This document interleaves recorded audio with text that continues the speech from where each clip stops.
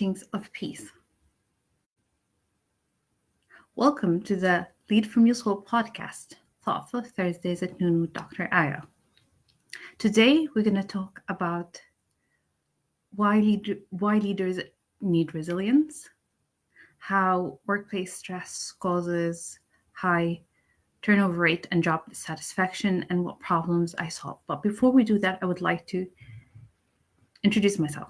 My name is Dr. Aya Akeri. I'm just a young lady, an adventurer, a wayfarer, crossing continents and cultures, only to discover our interconnection with each other and the universe.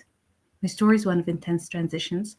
I was born in Pittsburgh, Pennsylvania, and spent the first half of my childhood in Tripoli, North Africa, and the second half in Dublin, Ireland. And you don't have to be a cross-cultural specialist to imagine this like living between worlds. I'm a certified leadership coach credentialed by the International Coaching Federation. I'm an organizational leadership specialist and emotional resilience coach and mentor. My goal is to transform the conception of leadership into one of inner peace, wisdom, and creation-based thinking. I empower leaders to lead from their soul through conscious awareness. They coach executives, professionals, and change leaders excel and master the art of work-life balance. I help them enhance their performance and increase their productivity and navigate life from a state of well-being. The previous session, we talked about workplace stressors and how stress is killing us. So I mentioned a study by two Stanford professors and one Harvard professor. It was a meta-analysis of 228 studies. The top 10 workplace stressors, including job insecurity, shift work, long working hours, family work imbalance, organizational injustice, and other like also the insurance was the top. Were the top. I'm trying to remember them off the top of my head, actually, so that's not always easy. So we mentioned that there is a mental health crisis in the U.S. There's an issue with anxiety and stress, depression. That workplace stress causes 120,000 deaths a year. It costs 190 billion in healthcare costs. Long working hours increase mortality by 20%. Lack of work-life balance increases poor physical health by 90%, and perceived injustice in the workplace increases the chances of being diagnosed by medical illness by 50%. So why should leaders care about resilience? In a Forbes article, it talks about the resilience quotient, which measures an organization's employees' resilience. And it turns out that it's the most important metric because it's key to organizational long-term survival. So it's an essential skill to thrive at work. So what is resilience? Association defines resilience, and I'm not going to try to remember this one, as the process of adapting well in the face of adversity, trauma, threats, or significant sources of stress, such as family, relationships, health problems, workplace stressors, and financial stressors. So as an emotional mentor, I help you to ride the challenges of life, the challenges that come as part and parcel of life. I help you find your purpose and get clarity on what you want from life and create a plan to get there. Also, help you embrace the vicissitudes of life, feelings and experiences, persevere through the hardships, and enjoy every happy moment, because it's not really about just being positive all the time. Part of resilience is being able to do down well and knowing that even when we're feeling down, then we still have that access. Present in the moment, then We know we're going to be okay and we'll find a way out of our challenges. So workplace stress can cause job dissatisfaction, employee disengagement, and high turnover. A Gallup study titled "This Fixable Problem Costs U.S. businesses $1 trillion." And it talks about the cost of employee replacement. It can be anything from tens of thousands of dollars to twice the salary of the employee. The interesting thing is people leaving or quitting their jobs felt they are undervalued and unappreciated by the managers and the leadership team. And 52% of those voluntarily resigning staff, the organizational leadership could have done something about them exiting or quitting their job. So they felt that leadership was not concerned about their future. They did not elicit their feedback on their current situation right before leaving. So it really comes down to empathy rather than money. More of that sense of belonging or mattering rather than how much you're paying an employee. So the cost or the high, turnover rate is part of the natural cycle of any organization, but high turnover rate can be costly, especially when you're talking about top talents that are most reliable. They're very hard to replace, and the cost of replacing top talent can be anything from $600,000 to $1 million, as estimated by this Gallup study. So what problems do I solve? Stress, anxiety, burnout, overwhelm, low confidence, low motivation, poor performance, negative attitude towards life, insecurity, and fear in all its forms.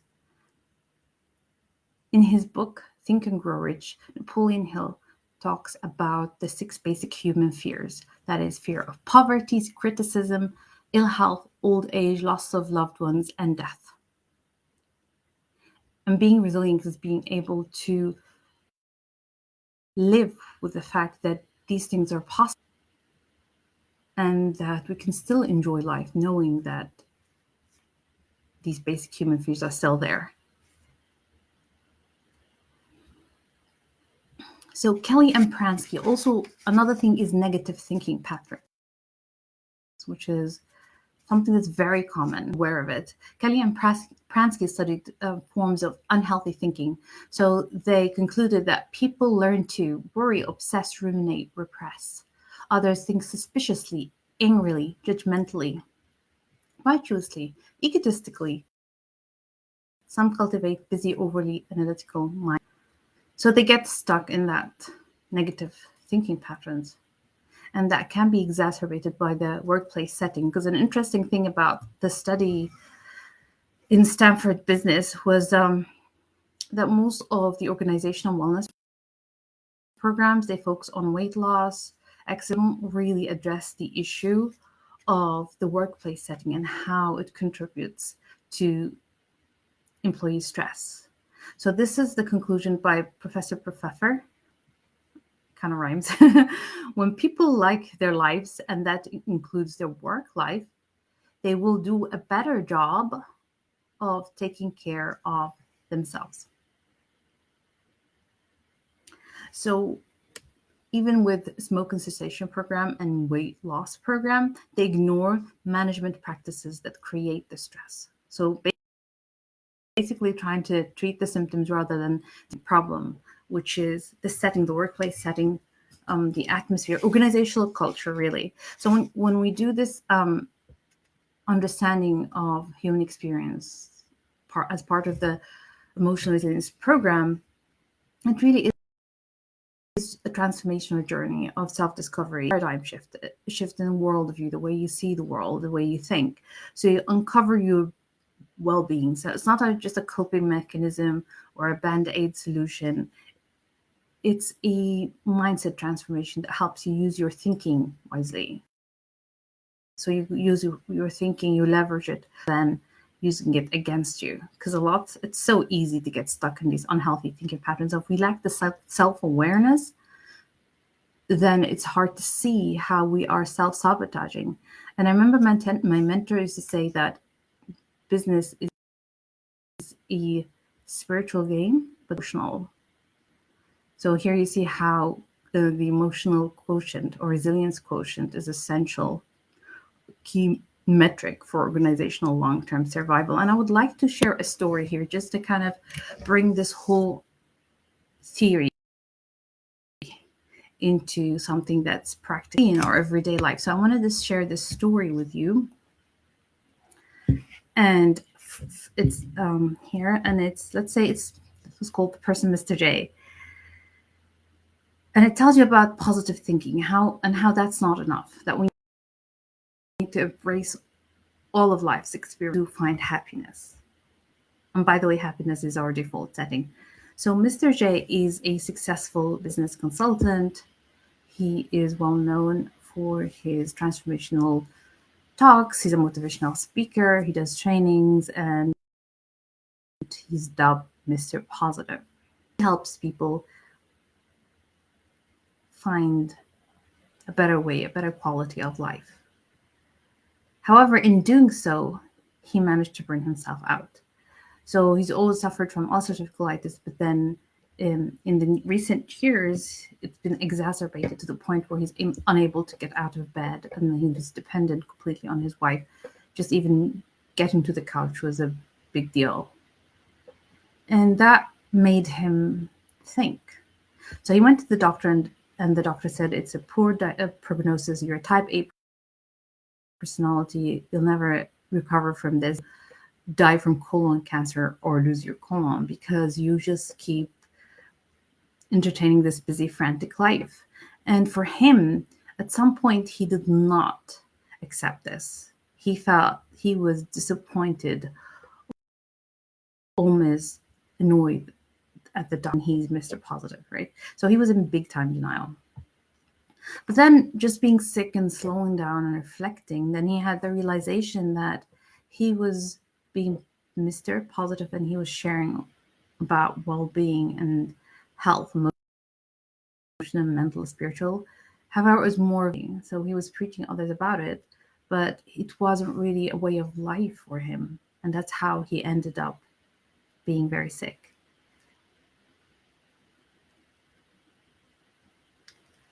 And then also realized that this was his sickness was actually a wake-up call to say that you reflected, introspection, look in, listen to your body. And the decision he made as he recovered, I mean, he took his time and he was taking care of himself, like self-care, and spending time just being who he is. And eventually he did get well. And when he started going back to work, he decided that he's going to limit his hours.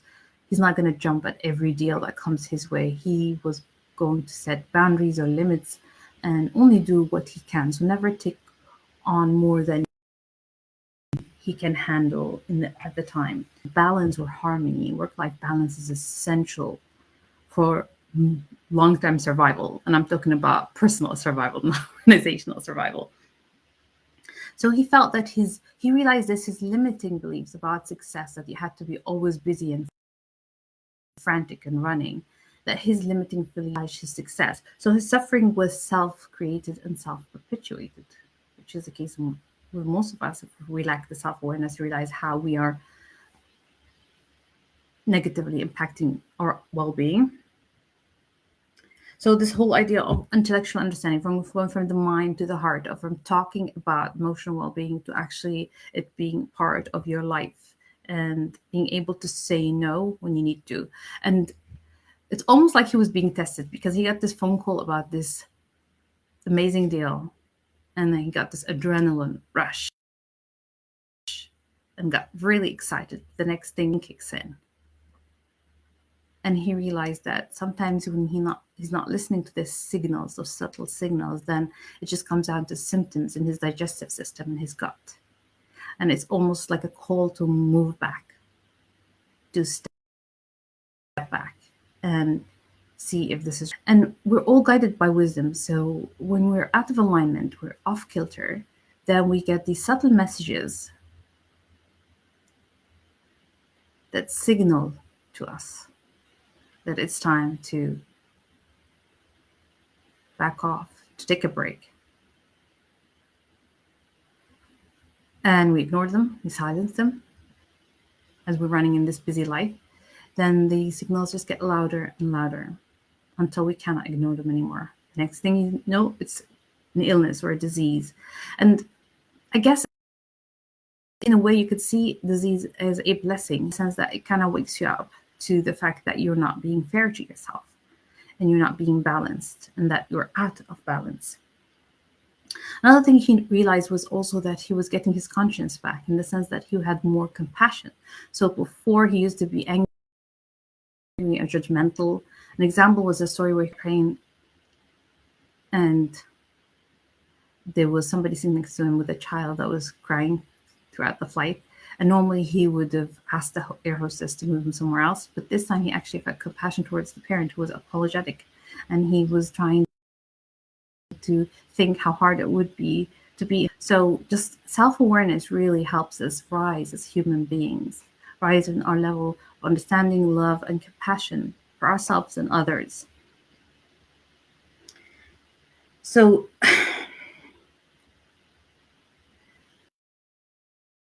just about cultivating that quiet mind, well-being moves from being a concept to a way of life.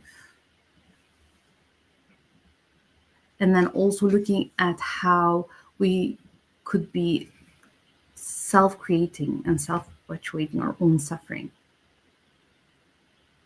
innocently. So there's the component of psychological innocence here. So we ignore these issues that we're having, we silence them, and then they become chronic, and just the message gets louder and louder.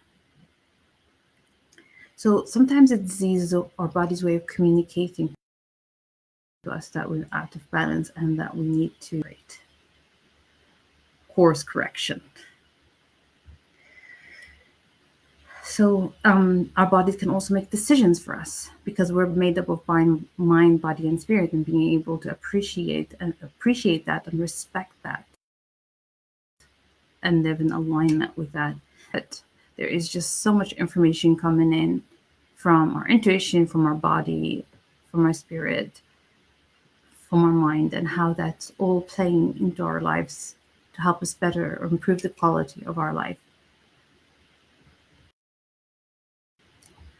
So today we talked about why leaders should care about resilience, what problems they solve, and how workplace stress can cause job dissatisfaction and high turnover rate. Also, we shared a story, a real story, of how somebody,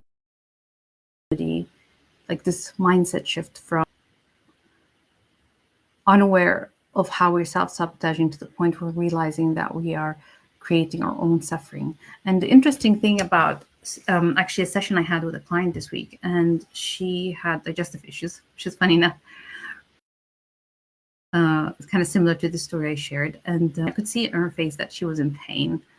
She said she's always had digestive problems and that caused pain, but this time it was very severe. So we looked at how with a chronic pain, sometimes emotional, like the physical pain can lead to emotional pain, which can intensify the physical pain, which can lead to more emotional cycle.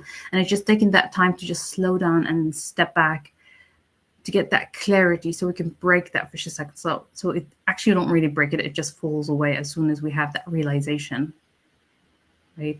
Because that would be a self-perpetuating cycle. And I'm also looking at what could have happened in the last 10 days that might have aggravated the symptoms. And at some point, my client was not ready to reflect on that. And that was okay, because the answer will come, and will come at the right time.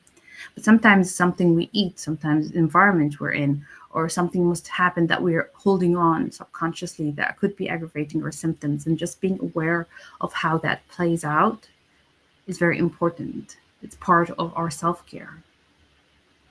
And it's okay sometimes when you're down not to be able to have the answers. It's okay to rest and not, because resting, not knowing, is letting go. And that's when insights and wisdom start to come. We create space, we hold space for them to come. So we get the clarity that we need to move forward and improve the quality of our life. Again, this is Dr. Aya Carey. Please share, comment, subscribe if it's on YouTube. And I would love to hear your feedback. How are you creating or perpetuating a suffering? How much self-awareness do you have? Or do you have any physical symptoms that could be a reflection of other problems? Negative health thinking patterns, or could be poor diet or lack of sleep. How can you get back into alignment? Interesting questions to reflect upon. I would love to hear your takeaways and feedback. You can download my goal setting workbook and free goal setting workbook and guidebook if you go to my website, www.drayacarey.com, and comment. And also you can sign up for my upcoming book, Lead from Your Soul, the four worldviews of inspiring leaders. I can hardly talk this morning. It's afternoon, actually. Noon. So thank you and have a wonderful day.